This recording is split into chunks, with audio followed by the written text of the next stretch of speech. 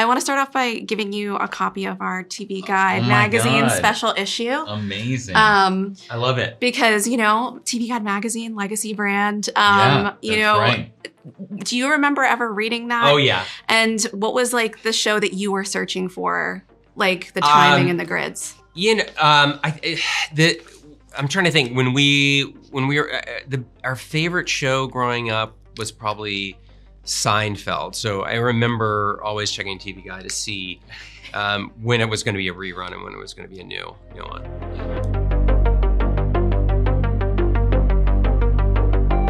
Obviously, Will has this really big confession to make in the final episode of the volume 2. What do you hope viewers take away from that moment of honesty from him? Because it feels like that's the one key factor holding him back from heading into this final battle, is sharing this information. And it's really empowering for him. So what would you say you hope viewers take from that evolution of Will? Oh, I just hope it can, touch real people and help empower so many kids out there struggling with that same self-identity journey to come to terms with themselves and accept themselves, and beyond just the queer community, help many people out there who just struggle to believe in themselves and are scared to be who they are, to feel empowered that it's okay. Like when you see everyone hug Will and embrace him like that, it's just so powerful. I want to start off by saying, you've been a part of so many different franchises over the years and big blockbusters. What set Stranger Things and the role of Henry Creel and Vecna apart from maybe past projects of a similar caliber? I mean, what I loved about this show from a sort of fan perspective was that first season, it just felt like that cool little indie show, or that cool little indie film. And that they were just making it in isolation. And, that was something that really just drew me in as a watcher. I suppose as I've grown, and as I've grown artistically, and as I've grown as a human and as an actor, I definitely approached this show with a wealth of experience and a desire to continue to push myself further. And the character that I was blessed, to play and portray, really has so much depth to them, and a lot of stuff to be mined and explored. And Matt and Ross Duffer are, very emotionally intelligent, and also just, intelligent brain-wise too. And within that, they also have a wealth of reference to pull from.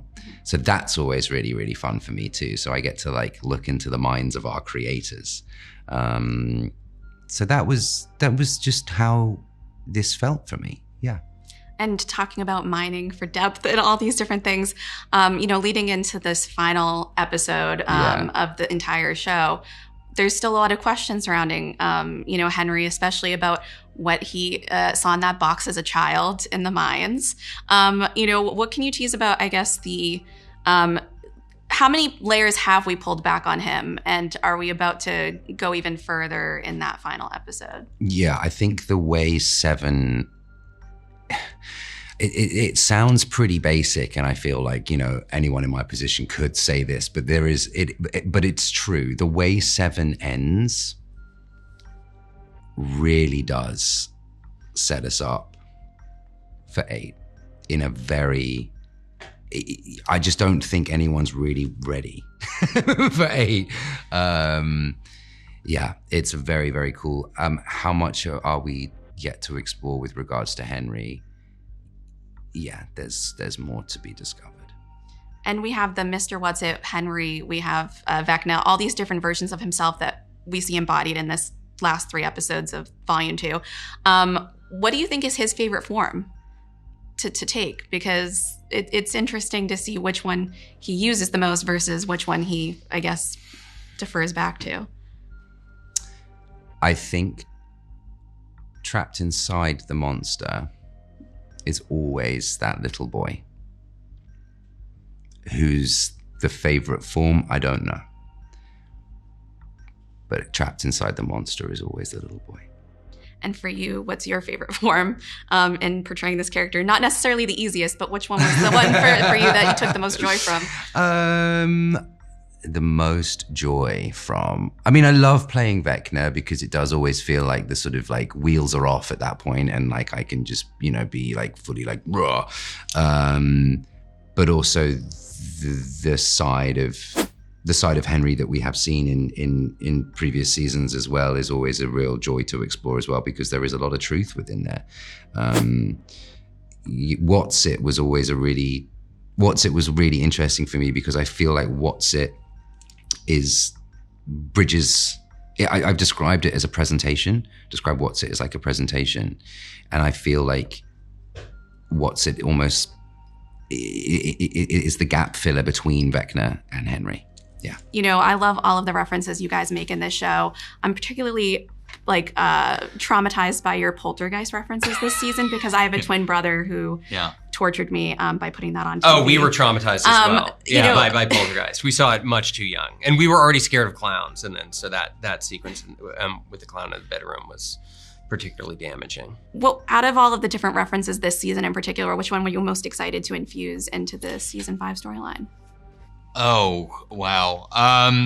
I mean, we were excited by the poltergeist stuff, especially, in the early episode when Holly's getting lifted from the bed. All of that stuff and the blinking lights with a young child in danger was a fun one. Volume 2, we've got our sort of our Jurassic Park suspense sequence in the laundry room, which is something that we've always wanted to do. So we're excited about that one as well. And you guys are really setting up this final battle at the end of 7. Mm-hmm. And there's a secret, being held back in terms of Kali and 11 making this agreement that they're possibly not coming back from it. What can you tease about, the stakes of this situation, especially when there's people that are not being upfront after Will's huge confession and honest moment with everyone, to have these 2 other characters that are holding back that secret? Yeah, I mean, we just always, a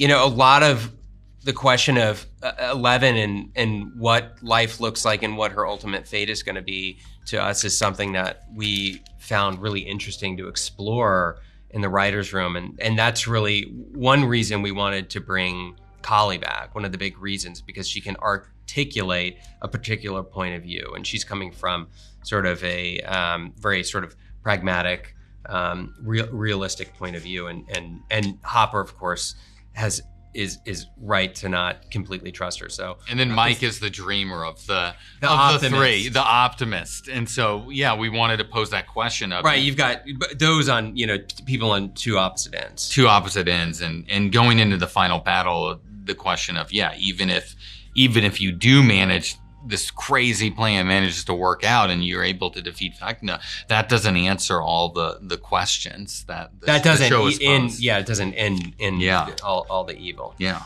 the cycle could begin again.